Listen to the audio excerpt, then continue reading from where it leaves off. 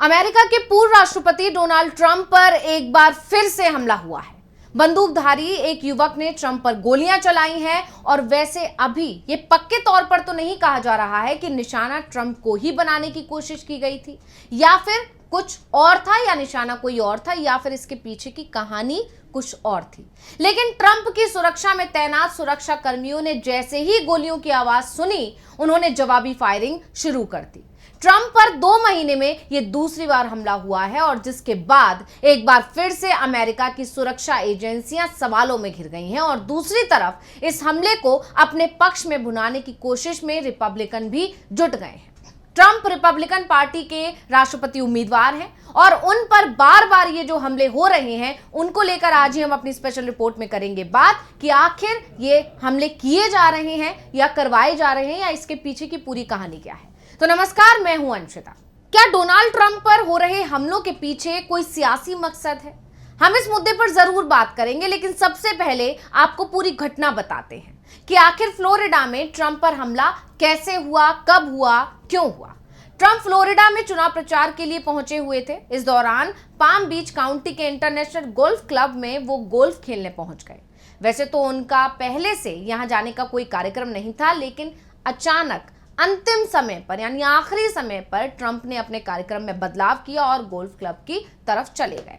वैसे तो जहां भी ट्रंप गोल्फ खेलते रहे हैं, उस गोल्फ क्लब के मालिक भी वो खुद ही हैं। ट्रंप खेल का आनंद ले रहे थे। उनकी सुरक्षा में अमेरिका की सीक्रेट सर्विस के एजेंट लगे हुए थे।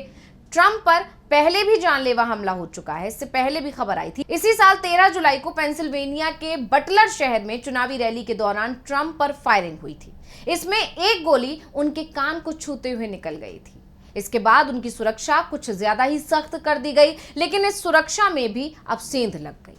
सीक्रेट सर्विस एजेंट को झाड़ियों में एक संदिग्ध को छिपा दिया गया और तभी गोली चलने की आवाज भी आई। गोली AK-47 जैसी राइफल से चली, जिसमें GoPro कैमरा भी लगा हुआ था। निशाना गोल्फ कोर्स की तरफ था। ट्रंप और हमलावर के बीच की दूरी करीब 300 से 500 मीटर के बीच बताई जा रही है। एजेंट ने संदिग्ध को देखते ही उस पर फायरिंग शुरू कर दी, जिसके बाद वो अपनी ब्लैक SUV से यानी कि जो संदिग्ध था वो अपनी ब्लैक SUV से भाग गया। इस दौरान वहां मौजूद एक चश्मदीद ने संदिग्ध की गाड़ी की तस्वीर खींच ली और उस तस्वीर में जो है नंबर प्लेट साफ साफ दिखाई दे गया और इसमें जो नंबर प्लेट के आधार पर सीक्रेट सर्विस ने गाड़ी का जब पीछा किया और गोल्फ कोर्स से 60 किलोमीटर दूर हाईवे पर जाकर संदिग्ध को पकड़ लिया। अब संदिग्ध को पकड़ने के बाद उसकी जांच पहचान शुरू हो गई है, जांच पड़ताल हो रही है। तो संदिग्ध की जो पहचान है वो 58 साल के रेयान रॉथ के तौर पर हुई है। अब सीक्रेट सर्विस ने ये जानकारी दी है कि ट्रंप सुरक्षित है। वैसे सीक्रेट सर्विस ने अभी ये भी साफ नहीं किया है कि गोली ट्रंप पर चली थी या नहीं चली थी। हाँ, आवाज जरूर आई थी, लेकिन क्या वो गोली चलने की ही आवाज थी या कुछ और था या फिर सिर्फ एक कहानी यहाँ पर बनाने की कोशिश की गई है। तो अब सवाल ये है कि ट्रंप पर होने वाले हमलों का कोई राजनीतिक कनेक्शन भी है क्या? क्योंकि इन हमलों से ट्रंप को फायदा ही हो रहा है। उनके प्रति लोगों की सहानुभूति बढ़ रही है और सिंपैथी वोट अपने आप में बहुत अच्छा खासा गेम कर जाता है, ये आप सभी जानते हैं। वहीं दूसरी बात, ट्रंप पर जो हमले हो रहे हैं उसका लिंक कहीं ना कहीं उनकी पार्टी से ही जुड़ता दिखाई दे रहा है। इसीलिए कहीं ना कहीं इस तरह की बातें उठ रही हैं कि कहीं ये जो हमले करवाए जा रहे हैं ये सियासी मकसद तो नहीं है, इसको अपने पक्ष में भुनाने के लिए कहीं ये रिपब्लिकन की तरफ से नहीं करवाए जा रहे हैं। इस तरह के कयास लगने लगे हैं क्योंकि हमलावर रिपब्लिकन पार्टी का समर्थक निकलता है, लेकिन कहा जाता है कि वो ट्रंप का विरोधी है।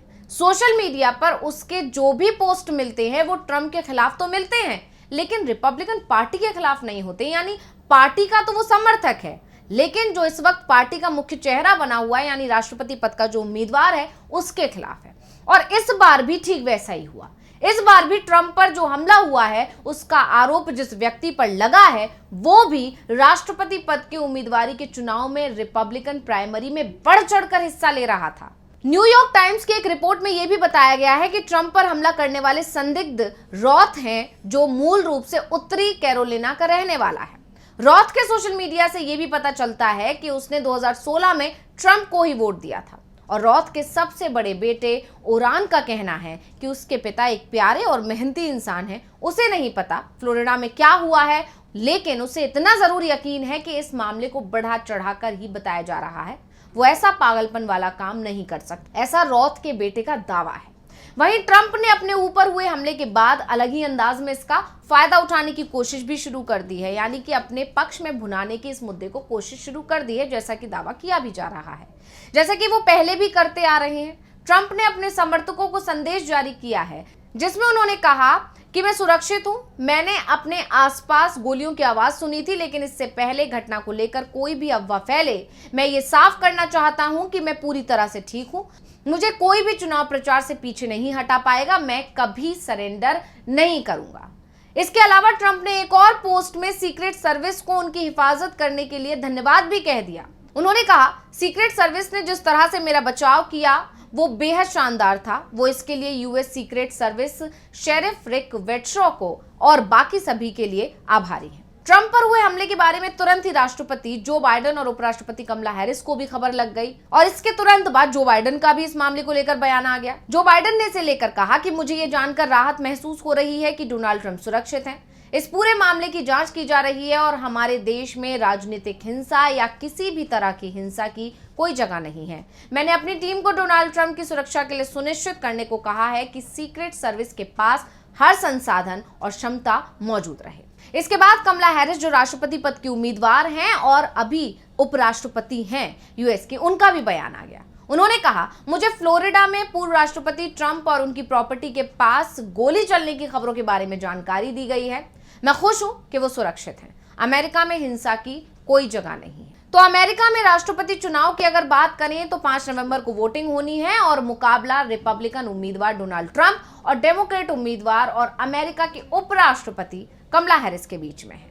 10 सितंबर को दोनों उम्मीदवारों के बीच हुई प्रेसिडेंशियल डिबेट में कमला हैरिस ट्रंप पर भारी पड़ी थी। दोनों के बीच में अभी बेहद कांटे का मुकाबला माना जा रहा है। कई सर्वे जो है कमला हैरिस के पक्ष में ही नजर आ रहे हैं। अमेरिका के तमाम मीडिया चैनलों के सर्वेक्षण में कमला हैरिस को ट्रंप पर 1 से 2 अंकों की बढ़त मिली हुई है, लेकिन ये बढ़त इतनी ज्यादा नहीं है कि इसे ट्रंप चुनाव तक खत्म ना कर सके। ऐसे में ट्रंप पर हो रहे लगातार हमलों ने कमला हैरिस की मुश्किल को जरूर बढ़ा दिया है, क्योंकि ट्रंप इसका राजनीतिक फायदा लेने में माहिर है। वो लगातार इसका फायदा लेते आ रहे हैं और इसी बीच एक्स के सीईओ एलन मस्क ने ट्रंप पर हुए हमले को लेकर सवाल खड़े किए हैं। उन्होंने पूछा है कि बार बार ट्रंप की जान लेने की कोशिश क्यों हो रही है, जो बाइडेन और कमला हैरिस पर हमले क्यों नहीं हो रहे हैं। यानी ट्रंप पर जो बार बार हमले की खबरें जो आ रही हैं, उससे एक पक्ष, एक खेमा ट्रंप के प्रति सहानुभूति जो है ला रहा है और दूसरी तरफ कई सवाल भी खड़े हो रहे हैं कि कहीं ट्रंप अपने फायदे के लिए ही इस तरह के हमले तो नहीं करवा रहे हैं। खैर, जो भी होगा इसका फायदा अगर ट्रंप अपने पक्ष में लेना चाह रहे हैं तो उसका उन्हें फायदा मिलेगा या नहीं मिलेगा, या वाकई में ट्रंप पर इस तरह के हमले हो रहे हैं, इसका क्या असर पड़ेगा, ये तो जल्द ही चुनाव के नतीजे आएंगे और उसमें साफ हो जाएगा कि कमला हैरिस को जीत मिलती है या ट्रंप अपने जो भी राजनीतिक जो वो भी चाल चल रहे हैं या जो भी दांव चल रहे हैं उस पर उन्हें फायदा मिलता है। ये तो जल्द ही साफ होने वाला है। तो इस रिपोर्ट को लेकर आपका क्या कहना है, हमें कमेंट करके अपनी राय जरूर दीजिएगा। इसी के साथ मुझे दीजिए इजाजत। देखते रहिए डीवी लाइव। नमस्कार।